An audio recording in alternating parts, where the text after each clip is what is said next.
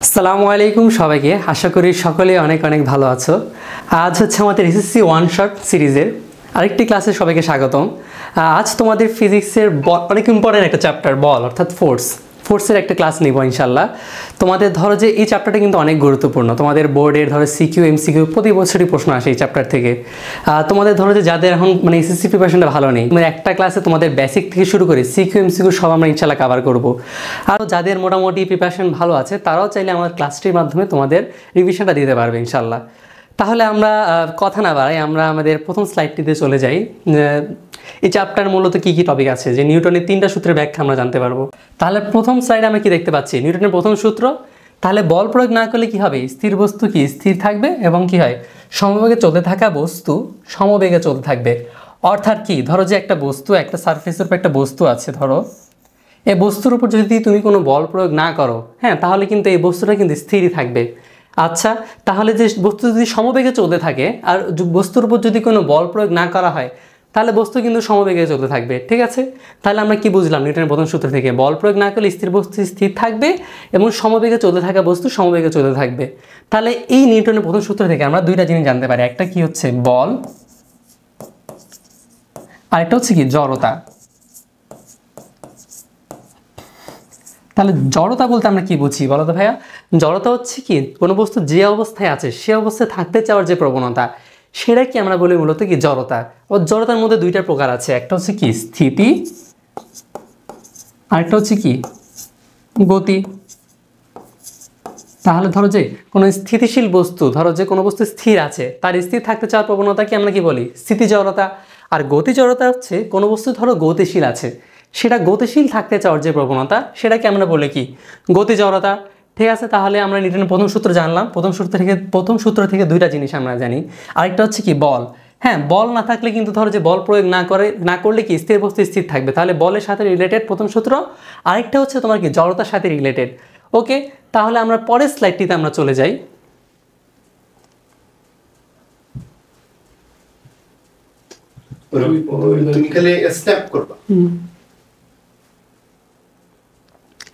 তাহলে পরের স্লাইডে আমরা দেখছি কি জড়তার সংজ্ঞা। জড়তার সংজ্ঞা আমরা আগের স্লাইডে বলেছিলাম কি বল প্রয়োগ না করা পর্যন্ত কি হয় স্থির বস্তু স্থির থাকতে চায় কিংবা গতিশীল বস্তু যে গতিশীল থাকতে চায়, বস্তুর এই বৈশিষ্ট্যই হলো কি, বৈশিষ্ট্য হচ্ছে কি জড়তা।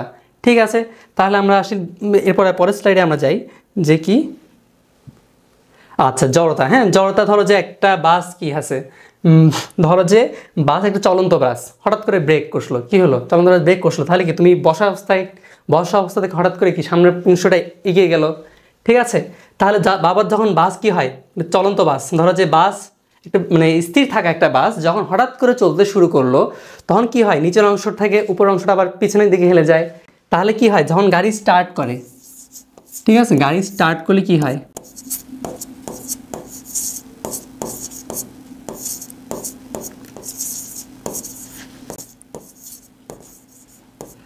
গাড়ি স্টার্ট করলে হয় কি স্থিতি জড়তা।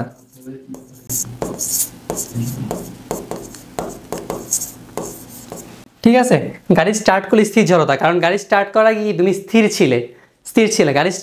যখন গাড়ি স্টার্ট করলো তখন কি তোমার সামনের অংশটা পেছনের দিকে হেলে যায়, তাহলে এটা কি হলো স্থিতি জড়তা।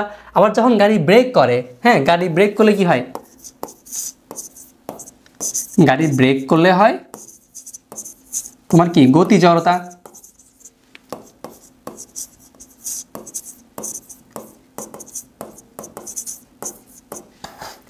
আচ্ছা, তাহলে আমরা কি জানলাম, গাড়ি যখন স্থির হলো, স্থির অবস্থায় গাড়ি যখন স্থির থাকে তখন স্টার্ট করে তখন সেটা স্থির জড়তা। আবার গাড়ি যখন ব্রেক হয় ধরো সেটা কি হলো তোমার গতি জড়তা। ঠিক আছে, তাহলে আমরা পরের স্লাইডটিতে চলে যাই, যে ব্যাপারগুলো আরেকটু এমসিকিউ আছে তোমার। তাহলে আমরা পরের স্লাইডটিতে দেখি। আচ্ছা বলো, তাহলে নিউটনের প্রথম সূত্র পদার্থের কোন ধর্মকে প্রকাশ করে? তাহলে কোনটা আমরা কিন্তু প্রথম স্লাইডে অলরেডি পড়ে ফেলেছি, নিউটনের প্রথম সূত্র পদার্থের জড়তা ধর্মকে প্রকাশ করে। ঠিক আছে, তাহলে বলো তো পরের এমসিকিউতে কি দেখা যাচ্ছে, গাড়ি ব্রেক চাপলে যাত্রী সামনের দিকে ঝুঁকে পড়েন কেন? ঝুঁকে পড়েন মূলত কি হয় যখন গাড়ি গতিশীল আছে, হ্যাঁ, এই গতিশীল থাকতে চাওয়ার কি হঠাৎ করে ব্রেক চাপছে, তাহলে আগে যেহেতু গাড়িটা গতিশীল ছিল তাহলে কি হবে এটা গতি জড়তার কারণে। ঠিক আছে, গতি জড়তা। ওকে, আচ্ছা তাহলে কি হয় জড়তার পরিমাপ কোনটি? হ্যাঁ, তাহলে জড়তার পরিমাপ আমরা কি বলছি, জড়তা মূলত কিসের উপর ডিপেন্ড করে, জড়তা ডিপেন্ড করে মূলত হচ্ছে তোমার কি, বস্তুর ভর যত বেশি হবে তার জড়তা তত বেশি হবে। তাহলে মূলত জড়তার পরিমাপ কোনটা হবে, তোমার ভর। ঠিক আছে, ওকে। এগুলো কিন্তু তোমাদের বোর্ডে আসে এমসিকিউ, চট্টগ্রাম বোর্ড 2019 সালে এসেছিল তোমাদের এমসিকিউটা। আচ্ছা, তাহলে আমরা চলে যাই আমাদের পরের স্লাইডটিতে। আচ্ছা, সমআয়তনের নিচের কোনটির জড়তা বেশি? ঠিক আছে, সমআয়তনের নিচের কোনটির জড়তা বেশি? তাহলে কি যে বস্তুর কি ভর বেশি হবে তার ভরবেগও বেশি হবে, তাহলে কি যে বস্তুর ভরটা বেশি হবে তার জড়তাটাও বেশি হবে। তাহলে লোহা, সোনা, ভর, রূপা, এর মধ্যে কোনটার ভর বেশি? আমরা জানি কি সোনার হচ্ছে যে কি ভরটা সবচেয়ে বেশি, তাই কি হবে, সোনার জড়তা সবচেয়ে বেশি হবে।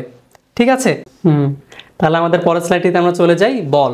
হ্যাঁ, তাহলে বল হচ্ছে কি যা স্থির বস্তুর উপর ক্রিয়া করে তাকে গতিশীল করে বা করতে চায়, অথবা যা গতিশীল বস্তুর উপর ভর করে তার গতির পরিবর্তন করে বা করতে চায়, তাকে আমরা কি বলি, বল বলি। আর বলের ধারণা কিন্তু আমরা কিন্তু নিউটনের প্রথম সূত্র থেকে আমরা পেয়ে গেছি। তাহলে নিউটনের প্রথম সূত্র থেকে বল জিনিসটা কি সেটা বুঝতে পারি, কিন্তু পরিমাপ করতে পারি না।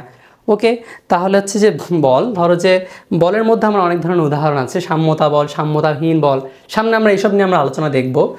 তারপর হচ্ছে যে কি সাম্যতা বল। ওকে, তাহলে সাম্যতা বল বলতে কি বোঝায়? ধরো যে কোনো একটা সারফেসে একটা বল আছে, ধরো একটা বস্তুর উপর বিভিন্ন দিক থেকে বল প্রয়োগ করা হলো, তাহলে সব বলের যে মোট বলটা অর্থাৎ নিট বলটা এটা যদি শূন্য হয় তাহলে সেটাকে বলা হয় কি সাম্য বল। যেমন আমরা দেখতে পাই যে একটা সারফেস একটা বস্তু আছে, এই বস্তুর উপর কি 8 নিউটন বল প্রয়োগ করা হলো, তার উল্টা দিক থেকে কি 8 নিউটন বল প্রয়োগ করা হলো। ঠিক আছে, তাহলে এফ নেট ইকুয়ালস টু কি হবে, 8 - 8 ইকুয়ালস টু কি 0। তাহলে কি সব দিক থেকে কি সমান বল প্রয়োগ করা হলো, তাই নেট বলটা কি হলো 0। তাহলে এটা কি হলো সাম্যতা বল, আর এই বলটাকে আমরা বলি কি সাম্যতা বল, সাম্যতা বল। ওকে, তাহলে আর সাম্যতার মধ্যে আরেকটা আছে কি অসাম্য বল। অসাম্য বল কি, ধরো যখন নিট বলটা শূন্য হবে না, অর্থাৎ ধরো যে সারফেসে একটা বস্তু আছে, বস্তুতে তুমি কি 8 নিউটন বল প্রয়োগ করলা, আবার এই দিক থেকে কি হলো তোমার এই দিক থেকে 3 নিউটন বল প্রয়োগ করা হলো। ঠিক আছে, তাহলে এফ নেট কি হবে, এফ নেট হবে 8 - 3 ইকুয়ালস টু কি 5 নিউটন। তাহলে কি হলো, এটা কি শূন্য হলো না, অর্থাৎ কি নিট বলটা শূন্য নয়, তাহলে এটা কি হবে তোমার অসাম্য বল।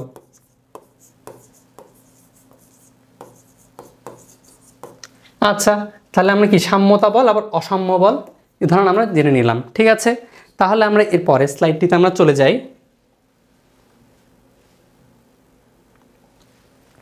আচ্ছা, এর পরের স্লাইডটিতে আমরা দেখতে পাচ্ছি যে মৌলিক বলের প্রকৃতি। হ্যাঁ, মৌলিক বলের প্রকৃতি নিয়ে আমরা জানবো যে এখানে মূলত কি আছে, সবল নিউক্লিয় বল, তাড়িৎ চৌম্বক বল, দুর্বল নিউক্লিয় বল আর মহাকর্ষ বল নিয়ে।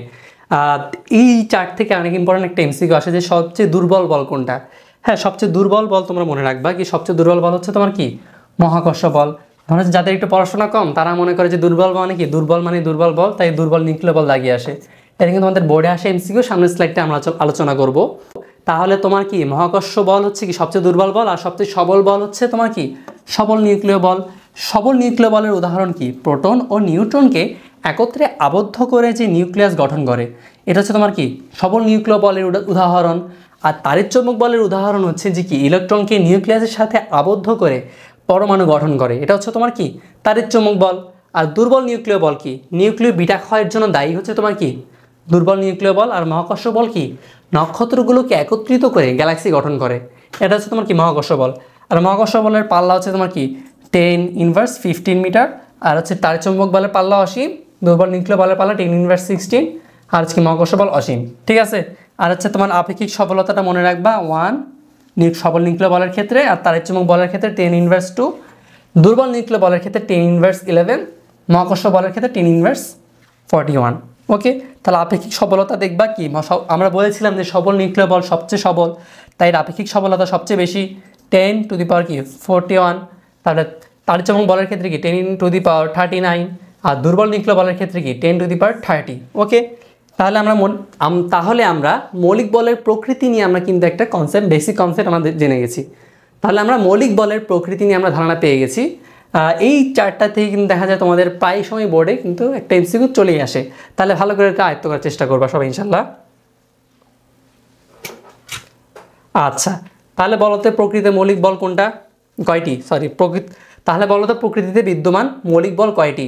এটা তোমার হচ্ছে তোমাদের কি রাজশাহী বোর্ড 2022 সালে আসা প্রশ্ন। আমরা কিন্তু অলরেডি জেনে গিয়েছি কি, তোমাদের আগের স্লাইডটিতে জেনে গিয়েছি মৌলিক বল মূলত 4টি। ঠিক আছে, তাহলে আমরা পরের স্লাইডে চলে যাই। কি প্রকৃতিতে মৌলিক বলের মধ্যে সবচেয়ে দুর্বল বল কোনটি?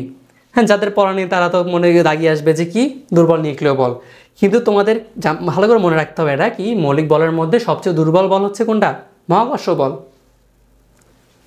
আচ্ছা, তাহলে তোমার কি বলছে, এটা হচ্ছে কি এমসিকিউটা আমরা দেখতে পাই কি, এটা তোমার দিনাজপুর বোর্ড 2022 সালে আসা প্রশ্ন কি, কোন দুটি মৌলিক বলের সমন্বয় ইলেকট্রোউইক ফোর্স গঠিত?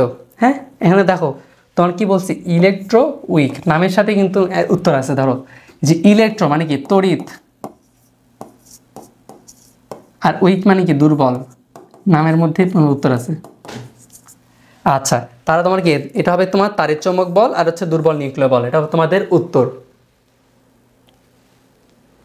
ওকে, তাহলে আমরা দেখে নিলাম কি কোন দুটি মৌলিক বলের সমন্বয়ে ইলেকট্রিক ফোর্স গঠিত, একটা হচ্ছে কি তোমার তাড়িৎ চৌম্বক বল আর একটা তোমার কি দুর্বল নিউক্লিয় বল। আচ্ছা, তোমাদের কি মাধ্যাকর্ষণ শক্তির তুলনায় তাড়িৎ চৌম্বক বল কত গুণ শক্তিশালী? ঠিক আছে, তাহলে এটার উত্তর কিন্তু আমরা জানি যে 10⁻39। ওকে, আমরা আগে ছকটা থেকে কিন্তু আমরা অলরেডি জেনে গিয়েছি। আচ্ছা, তাহলে বলো তো কোন বলের লব্ধি শূন্য হয়? হ্যাঁ, আমরা কিন্তু অলরেডি সাম্য বল অসাম্য বল কিন্তু জেনে গিয়েছি। আমরা বলেছি যে বলের কি লব্ধি শূন্য হয় তাকে আমরা কি বলি? সাম্য বল। ঠিক আছে, তাহলে আমরা এরপরে আসি আমরা পরের স্লাইডটিতে কি ভরবেগ। ভরবেগ বলতে কি বোঝায়? ভরবেগ নামের মধ্যেই তো আমরা বুঝতে পারতেছি এটা কি ভর।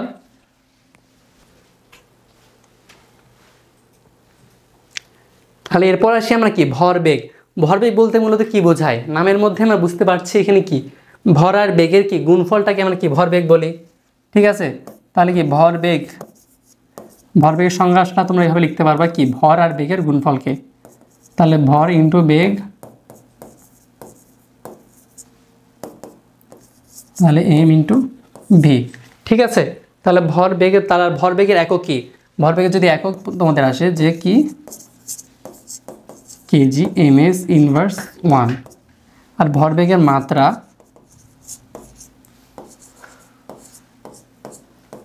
ml t inverse 1। ঠিক আছে, তাহলে এই জিনিসগুলো ভালো করে মনে রাখবা। তাহলে আমরা আসি পরের স্লাইডে যাই আমরা।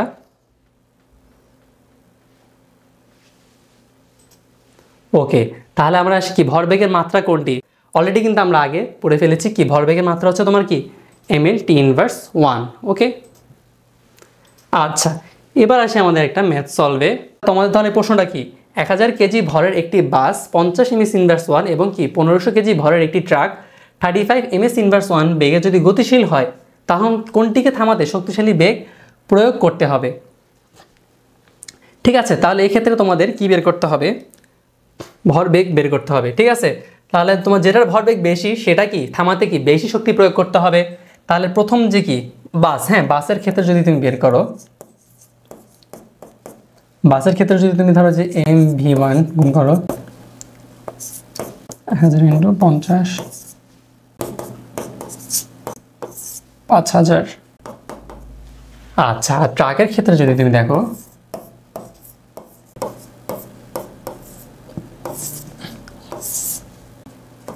বেগটা কি হয় 52500। তাহলে তোমার কি ট্রাকের ক্ষেত্রে ভরবেগটা বেশি, তাহলে তোমার কি হবে ট্রাকের ক্ষেত্রে কি বেশি শক্তিশালী বেগ প্রয়োগ করতে হবে। আচ্ছা, তাহলে আমাদের মোটামুটি এমসিকিউটা শেষ। তাহলে আমরা চলে যাই আমাদের পরের স্লাইডটিতে। 20 ms ইনভার্স 1 বেগে একটি 50 গ্রাম ভরের একটি টেনিস বল নিক্ষেপ করলে এটি দেয়ালে ধাক্কা খেয়ে একই দিকে ফিরে এলে বলটির ভরবেগের পরিবর্তন কি হবে? আচ্ছা, ভরবেগের পরিবর্তনের কনসেপ্টটা আমরা একটু আলোচনা করি।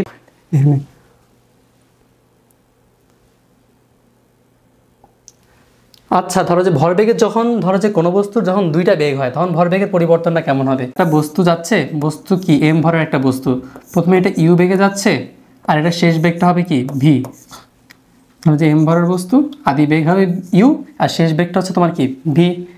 আচ্ছা, এম ভরের একটা বস্তু আদি বেগ যদি ইউ হয় শেষ বেগ যদি ভি হয়, তাহলে এর ভরবেগের পরিবর্তনটা কি হবে? ভরবেগের পরিবর্তন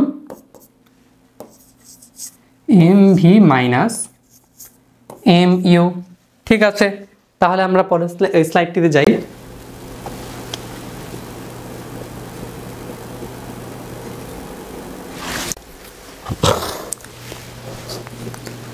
আচ্ছা, তাহলে আমরা আসি যে আমাদের এমসিকিউটাতে। এটা হচ্ছে তোমার রাজশাহী বোর্ড 2020 সালের একটা এমসিকিউ, যে 20 ms ইনভার্স 1 বেগে 50 গ্রাম ভরের একটা টেনিস বল।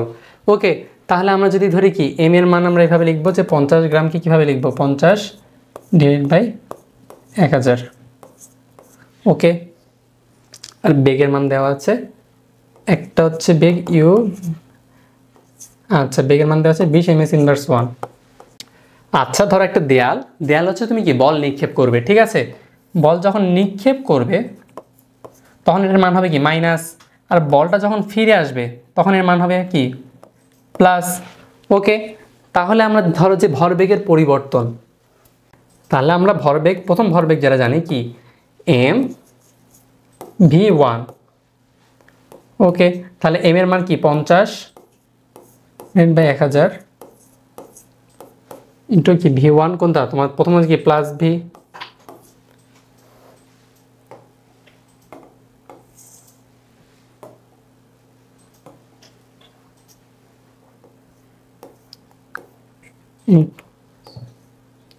তোমার তাহলে কি ইন্টু ভি এর মান হচ্ছে তোমার কি 20। আর যদি P2 বের করি তাহলে আদিবেগ যদি ইউ হয়,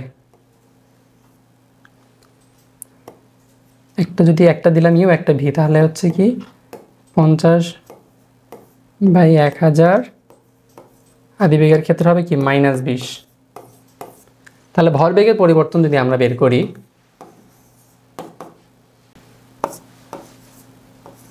পঞ্চাশ ইন্টু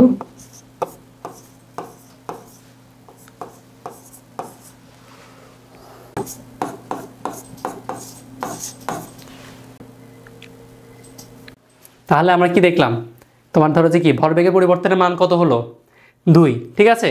তাহলে ভরবেগের পরিবর্তন কি 2, আনসার তাহলে কি তোমাদের 2 কেজি ms ইনভার্স 1। আচ্ছা, তাহলে আমরা চলে যাই আমাদের পরের স্লাইডটিতে। কোনো নির্দিষ্ট বস্তুর বেগের মান পরিবর্তিত হয়ে দ্বিগুণ হলে এর ভরবেগের পরিবর্তন কী রূপ হবে। আচ্ছা, তাহলে আমরা জানি কি P ইকুয়ালস টু mv, ভরবেগ ইকুয়ালস টু কি mv। তাহলে কি হলো, যদি কোনো বস্তুর বেগের মান যদি কি হয় দ্বিগুণ হয়, যদি দ্বিগুণ হয় তাহলে পরিবর্তিত ভরবেগের পরিবর্তন এটাও কিন্তু কি হবে দ্বিগুণই হবে, ঠিক আছে। তাহলে আমরা কি দেখলাম, নির্দিষ্ট বস্তুর কি বেগের মান যদি পরিবর্তিত হয়ে দ্বিগুণ হয় তাহলে কি ভরবেগের পরিবর্তন কি হবে দ্বিগুণ হবে।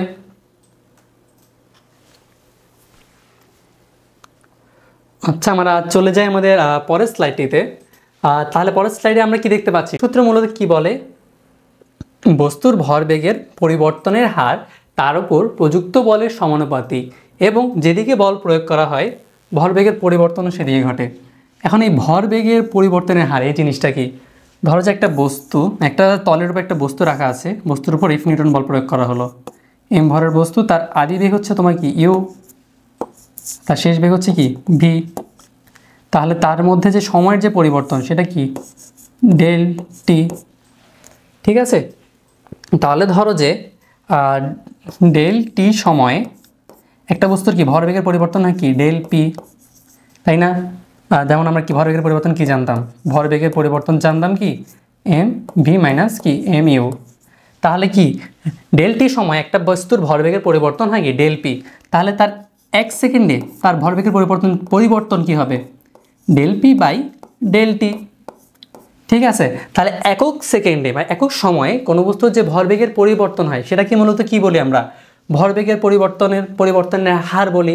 তাহলে এই পরিবর্তনের হার হচ্ছে তোমার কিসের সমানুপাতিক, বলের সমানুপাতিক, প্রযুক্ত বলের সমানুপাতিক, এবং কি হয় বল ক্রিয়া করবে যেদিকে ভরবেগের পরিবর্তন সেদিকে ঘটে। এবং হচ্ছে নিউটনের গতি দ্বিতীয় সূত্র থেকে আমরা একটা ইম্পর্টেন্ট একটা সূত্র পাই, সেটা কি F ইকুয়ালস টু কি ma সূত্রের প্রতিপাদন করে। এই সূত্রটা কিন্তু আমাদের ম্যাথ করার ক্ষেত্রে বারবার কাজে লাগবে সামনে। তাহলে আসি আমরা আমাদের পরের স্লাইডটিতে। আচ্ছা, এরপরের স্লাইডে আমরা দেখতে পাচ্ছি কি বলের ঘাত। তাহলে বলের ঘাত মানে আমরা কি জানি, বলের ঘাত হচ্ছে তোমার কি বল আর সময়ের গুণফল, ঠিক আছে। তাহলে বলের ঘাতের একক হচ্ছে তোমার কি নিউটন সেকেন্ড। আচ্ছা, তাহলে বলের ঘাতের যদি মাত্রা আমরা দেখি, মাত্রা হচ্ছে তোমার কি নিউটনের মাত্রা হচ্ছে তোমার কি ml t ইনভার্স 2, সেকেন্ড হচ্ছে তোমার কি t। তাহলে এটা কি বলের ঘাতের মাত্রা হবে তোমার কি ml t ইনভার্স 1।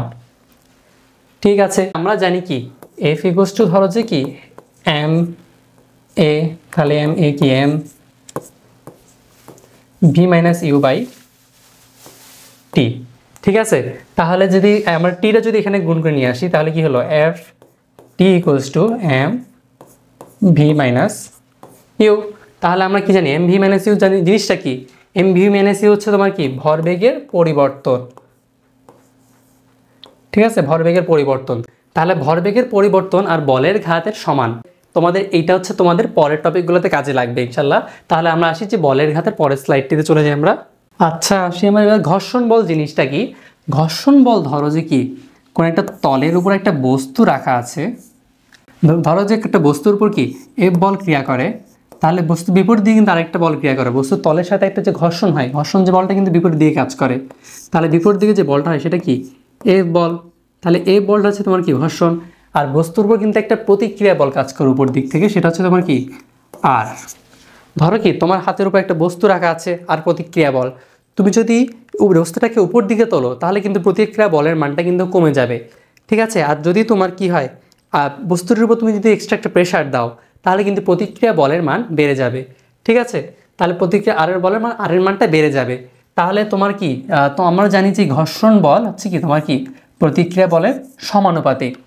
ঠিক আছে, তাহলে আমরা এফ ইকুয়ালস টু একটা সমানুপাতিক ধ্রুবক আনি মিউ। এফ ইকুয়ালস টু কি মিউ, আর এটা তোমার মিউটা হচ্ছে তোমার কি ঘর্ষণ গুণাঙ্ক।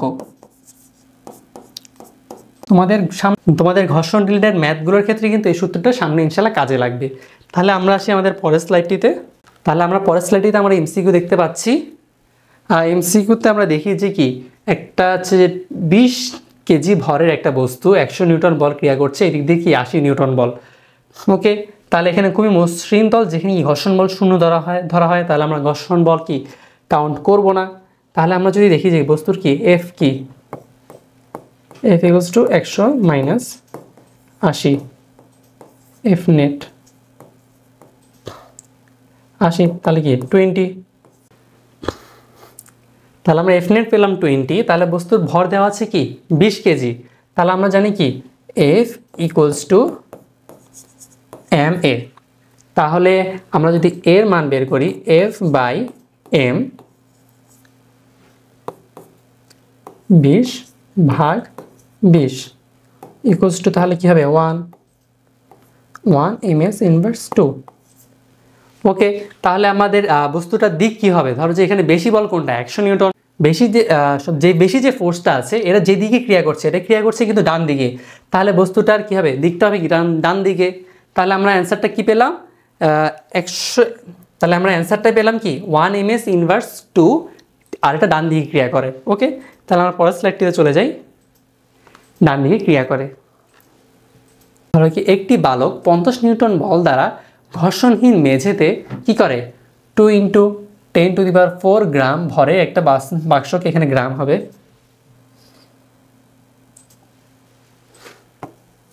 গ্রাম ভরের একটা বাক্সকে ধাক্কা দেয়। ঠিক আছে, তাহলে বাক্সটার ত্বরণ কত হবে। তাহলে ধরো যে কি এফ ইকুয়ালস টু কি এম এ, তাহলে কি এফ বাই এম। তাহলে তোমরা কি এটা ভর কি গ্রামে দেওয়া আছে, তাহলে গ্রামকে তোমরা এতে কনভার্ট করবা, গ্রামকে তোমরা কেজিতে কনভার্ট করবা। 20 কেজি আর বল দেওয়া আছে তোমার 50, তাহলে 50 ভাগ 20 অ্যান্সার, তাহলে তোমাদের কি 2.5। ওকে, তাহলে আমাদের পরের স্লাইডটিতে আমরা চলে যাই। এমসিকিউটা তোমাদের নিজেদের কিন্তু পারা উচিত। ধরো যে কি 80 কেজি, তাহলে তোমার কি এম দেওয়া আছে, আর কত বল প্রয়োগ করলে তোমার ত্বরণ হবে, তাহলে এফ ইকুয়ালস টু এম এ মান বসাবা, তাহলে তোমাদের কিন্তু পেয়ে যাবা অ্যান্সারটা। ঠিক আছে, আচ্ছা আমরা তাহলে আমাদের সৃজনশীল নিয়ে আলোচনা করি। আচ্ছা আমরা তাহলে আমাদের পরের স্লাইডে চলে আসলাম আমাদের আরেকটা সৃজনশীল নিয়ে। তাহলে আমাদের সৃজনশীল নিয়ে আমরা আলোচনা করি। সৃজনশীল প্রশ্নে কি আছে, 2400 নিউটন ওজনের একটি গাড়িকে 500 নিউটন বল দ্বারা যখন ঘর্ষণযুক্ত রাস্তায় টানা হচ্ছে, সেখানে ঘর্ষণ বল কত, ঘর্ষণ বল 100 নিউটন। তাহলে এখানে আমাদের কি বের করতে হবে, গাড়িটির ত্বরণ। ঠিক আছে, তাহলে আমরা যদি গাড়িটির ত্বরণ বের করি, আচ্ছা তাহলে ওজন দেওয়া আছে কত, ওজন দেওয়া আছে 2400 নিউটন, mg ইকুয়ালস টু 2450। তাহলে এখান থেকে আমরা কি করব, আমরা জানি জি এর মান কি 9.8, তাহলে আমরা কি এম এর মান বের করব 2450 ডিভাইডেড বাই কি 9.8, তাহলে কি হবে তোমার এম ইকুয়ালস টু 250 কেজি। ঠিক আছে, তাহলে আমরা এখন কি গাড়িটির ত্বরণ বের করব। ওকে, ত্বরণ বের করার জন্য আমাদের কি করতে হবে, ধরো যে একটা সারফেসে আমাদের কি বস্তুটা আছে, হ্যাঁ বস্তুটার কি বলছে 500 নিউটন বল দ্বারা কি একটা ঘর্ষণযুক্ত রাস্তায় টানা হচ্ছে, তাহলে কি এটা কি 500 Newton,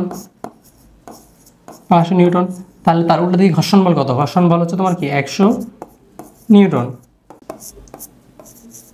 F net equals to m a করবো, এ ইকুয়ালস টু কি F net divide by M.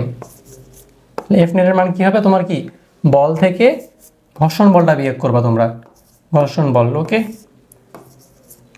আচ্ছা তাহলে বল কি 500 মাইনাস 100 ডিভাইড বাই কত 250, তাহলে তোমাদের উত্তরটা কি হবে বলো তো, ক্যালকুলেট করে বের করো যে কি 1.6 ms ইনভার্স 2। ঠিক আছে, তাহলে আমরা কি বের করে ফেললাম, আমাদের একটা বস্তুর ওজন দেওয়া আছে, বস্তুর কি বলটা দেওয়া আছে, আর ঘর্ষণ বল দেওয়া আছে। এখান থেকে আমরা গাড়িটার ত্বরণ বের করে ফেললাম। তাহলে এখানে কি বলা হয়েছে, রাস্তার ঘর্ষণ বলের মান দ্বিগুণ হলে গাড়িটির ত্বরণ কত বৃদ্ধি বা হ্রাস পাবে। তাহলে ঘর্ষণ বলের মান যদি দ্বিগুণ করো তাহলে কত হবে, আগে ছিল 100 নিউটন, এখন কি হয়ে যাবে 200 নিউটন ঘর্ষণ বলের মান, এফ প্রাইম কি 200 নিউটন। ওকে, তাহলে কি বলছে গাড়িটির ত্বরণ কত বৃদ্ধি বা হ্রাস পাবে, তাহলে কি গাড়িটির ত্বরণ কত বৃদ্ধি বা হ্রাস পাবে, ধরো যে একটা বস্তু সারফেসে চলতেছে, তো এটার উপর কি দিলা 500 নিউটন বল দিকে প্রয়োগ করতেছে, তাহলে উল্টা দিকে তার ঘর্ষণ বল হবে তাহলে কি 200 নিউটন। ওকে, তাহলে আমরা কি আনি এফ নেট ইকুয়ালস টু কি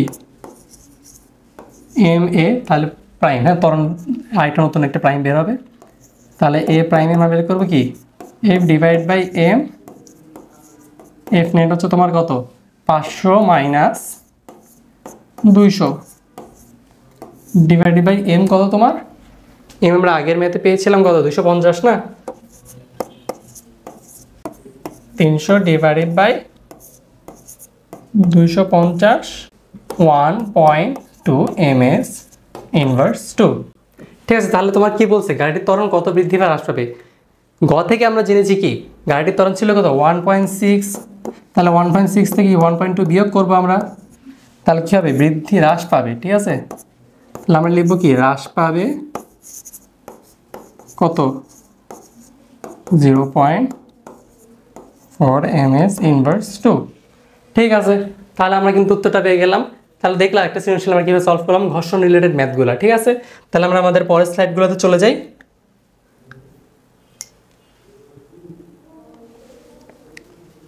আচ্ছা, এখানে আছে কি ধরো যে 3.92 ওজনের একটি খেলনা গাড়ির উপর বল প্রয়োগ করায় এটি ঘর্ষণযুক্ত মেঝেতে 0.5 ms ইনভার্স 2 ত্বরণে চলতে শুরু করে। আর ঘর্ষণ বল যদি 0.5 নিউটন হয় তখন কী হবে গাড়িটির উপর প্রযুক্ত বলের মান আমি নির্ণয় করব। ওকে, তাহলে ধরো যে একটা সারফেসে একটা বস্তু রাখা আছে, বস্তুটির উপর বল প্রয়োগ করা হলো। ঠিক আছে, বস্তুর ওজন ধরো তোমার কি ওজন হচ্ছে 3.92 নিউটন, তাহলে বস্তুর উপর কি ঘর্ষণ বল কত 0.5 নিউটন। আর এখানে একটা এফ বলটা আমরা জানি না, এফ বলটা আমরা এখন বের করব।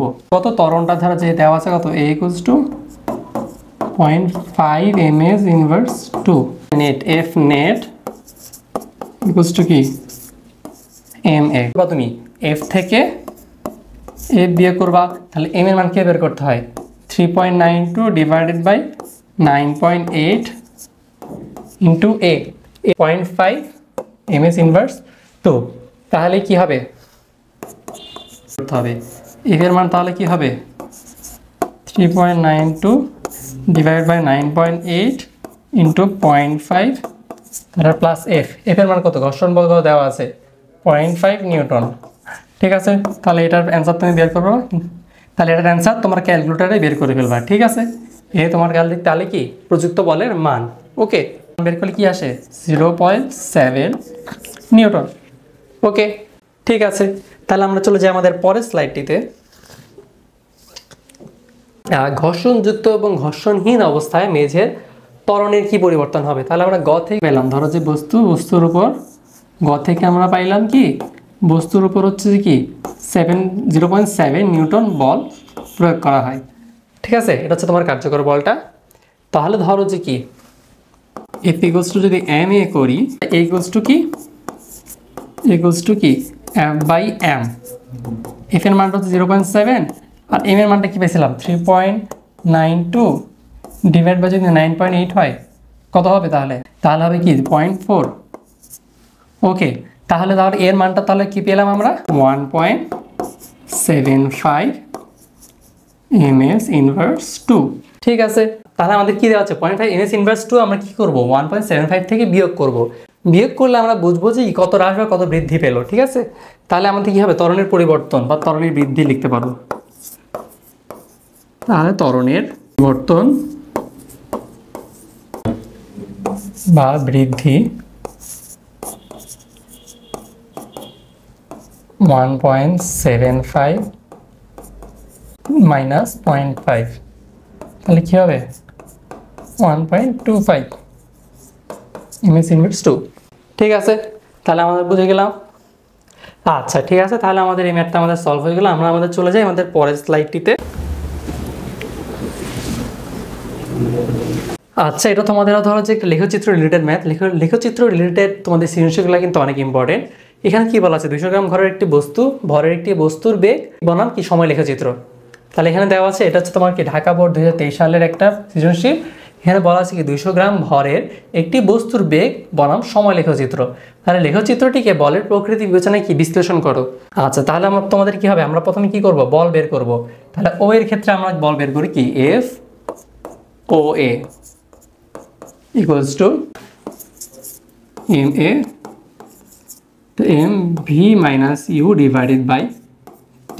তাহলে এখানে v এর মান কত বলো তো, ও এর ক্ষেত্রে কি u এর মান হচ্ছে তোমার 0। ঠিক আছে, u তোমার কি 0, m এর মানটা আমরা আগে বসাই, m হচ্ছে তোমার কি 200 ভাগ 1000 আর তোমার কি v কত, v হচ্ছে তাহলে তোমার কি শেষ বেগ কত 40 আর u হচ্ছে তোমার কি 0 আর সময় পার্থক্য কত 20 মাইনাস 0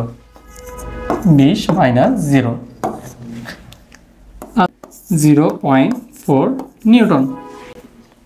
আচ্ছা, এরপরে যদি আমরা করি কি F ইকুয়ালস টু, এরপর অংশে কি আছে F ইকুয়ালস টু কি AB যদি করি তাহলে কি হবে M V minus u divide by t. M তোমার কি 200 গ্রাম, 200 ডিভাইড বাই 1000 আর V কত, V 40 আছে, 40 মাইনাস 40 আর সময় পার্থক্য কত 40 মাইনাস 20। আচ্ছা দেখো এখানে কিন্তু 40 মাইনাস 40 কিন্তু 0, তাহলে তোমার কি বরাবর এখানে কি 0 বসে যাবে 0 নিউটন। আচ্ছা ঠিক আছে, তাহলে আমাদের এরপর আরেকটা আছে কি FBC। হ্যাঁ, BC অংশের আমরা বলটা বের করব। FBC MV minus u divide by t 200 divide by 1000 সেই বেগ তোমার কত 0 মাইনাস 40 সেই বেগ ধরো যে এখানে 0 দেখবা। হ্যাঁ ঠিক আছে 0, 0 মাইনাস 40 আদি বেগ তোমার কি 40। আচ্ছা আদি 40ই ছিল, তারপরে ডিভাইডেড বাই কত সময় পার্থক্য কত 60 মাইনাস 20। ওকে, তাহলে তুমি যদি এটার অ্যান্সারটা বের করো তাহলে আসি কত মাইনাস 0.4 নিউটন। তাহলে তোমাকে এখানে কি বলছে লেখচিত্রটা বলের প্রকৃতি বিবেচনা বিশ্লেষণ করো। তাহলে এখানে কি হয়েছে তোমার, এখানে যেহেতু একটা ত্বরণ হয়েছে প্লাস, ঠিক আছে বলের মানটা প্লাস, তাহলে এটা কি ত্বরণ সৃষ্টিকারী বল, ত্বরণ সৃষ্টিকারী বল। এখানে তো ধরো 0 নিউটন, 0 নিউটনের ক্ষেত্রে কি হবে, এটা কি বল শূন্য,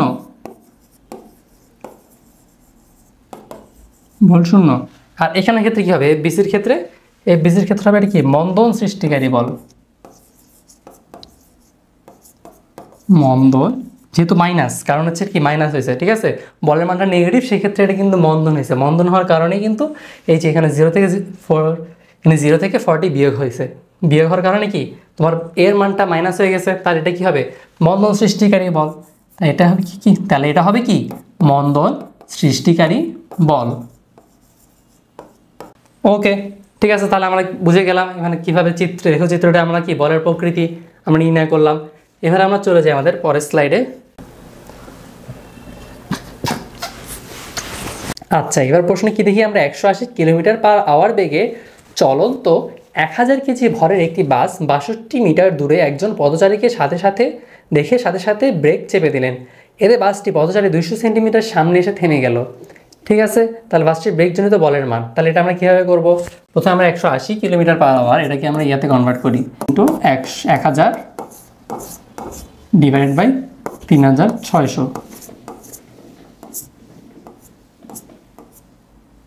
ঠিক আছে, তাহলে 36 কি ভাগাভাগি করো, তাহলে হবে কি 50 ইনভার্স 1। আচ্ছা, মেটার ক্ষেত্রে দেখো, ধরো এখানে একটা বাস, হ্যাঁ বাস কি করছে, চলন্ত বাস,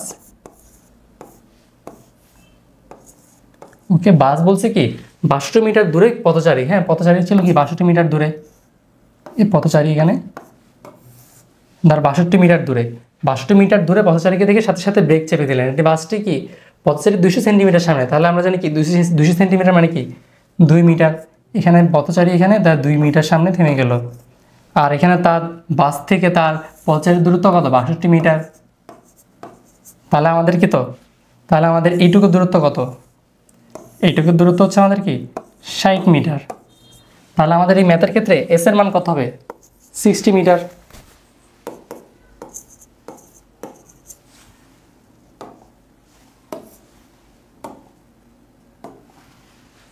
এস মান তাহলে আমাদের 60 মিটার, তাহলে আমাদের কি ইউ এর মান, আমরা ইউ এর মান পাইলাম কত 50 ms ইনভার্স 1,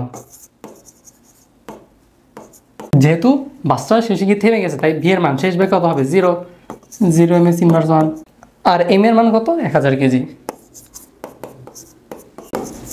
আচ্ছা, তাহলে আমাদের সবগুলোর মানই দেওয়া আছে, আমরা কি আমাদের কাছে এর মানটা নাই, এর মান বের করার জন্য আমাদের সূত্রটাতে যাব, v square equals to u square, তারপর মাইনাস, এখানে প্লাস হবে না, মাইনাস টোয়াইস এ এস, যেহেতু মন্দন হয়েছে, ঠিক আছে, আদি বেগ থেকে শেষ বেগের মানটা কম তাই মন্দন হয়েছে, তাহলে ভি স্কোয়ার ইকুয়ালস টু কি u square minus twice a s, তাহলে সেই ক্ষেত্রে a equals to v square minus square divide by কি টোয়াইস এস, তাহলে আমাদের কি আমাদের এর মান বের করতে হবে, এর মান কি হবে u square minus v square divide by twice s, তাহলে ইউ এর মান কত, ইউ এর মান হচ্ছে তোমাদের কি 50 মাইনাস ভি এর মান হচ্ছে 0 50 স্কোয়ার, তাহলে 2 ইন্টু কত 2 ইন্টু 60। আচ্ছা, তাহলে অ্যান্সারটা কত হবে, অ্যান্সার হবে কত 125 ডিভাইডেড বাই কত 6, ঠিক আছে।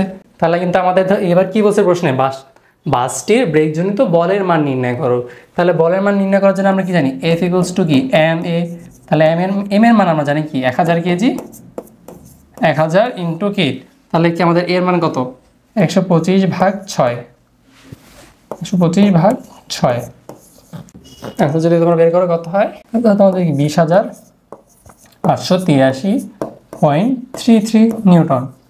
আচ্ছা, তাহলে এটা তোমাদের কি অ্যান্সার, ঠিক আছে। তাহলে আমরা কিন্তু একটা ম্যাথ বের করে ফেললাম, কি বাসটির ব্রেকজনিত বলের মান আমরা নির্ণয় করে ফেললাম, নির্ণয় করার জন্য আমরা কি করলাম, তো পথচারী থেকে বাসের দূরত্ব কতটুকু, পথচারীর 2 মিটার সামনে বাসটি থামছে, তাহলে সেক্ষেত্রে কি এসের মান হবে 60 মিটার, 60 মিটার, তাহলে আমাদের আমরা ইউ এর মান জানি, ভি এর মানও জানি, আমরা এম এর মানও জানি, এখান থেকে আমরা কি করলাম, এখান থেকে আমরা কি বের করলাম, প্রথমে ত্বরণের মান বের করলাম, ত্বরণ থেকে আমরা কি বের করলাম এফ এর মান বের করলাম, এফ ইকুয়ালস টু কি এম এ, ঠিক আছে। তাহলে আমরা চলে যাই আমাদের পরের স্লাইডটিতে। আচ্ছা, তাহলে আমাদের ঘ নাম্বার কি বলছে, সর্বোচ্চ কত আয়তী বেগে এবং একই মন্দনে ব্রেক চেপে দুর্ঘটনা এড়ানো সম্ভব, ঠিক আছে। তাহলে আমরা এর আগে এর মান কি পাইছিলাম, গ থেকে এর মান পেয়েছিলাম কত 125/6 ms ইনভার্স 2। তাহলে পথচারী থেকে বাসটা কত দূরত্বে আছে? তাহলে বাস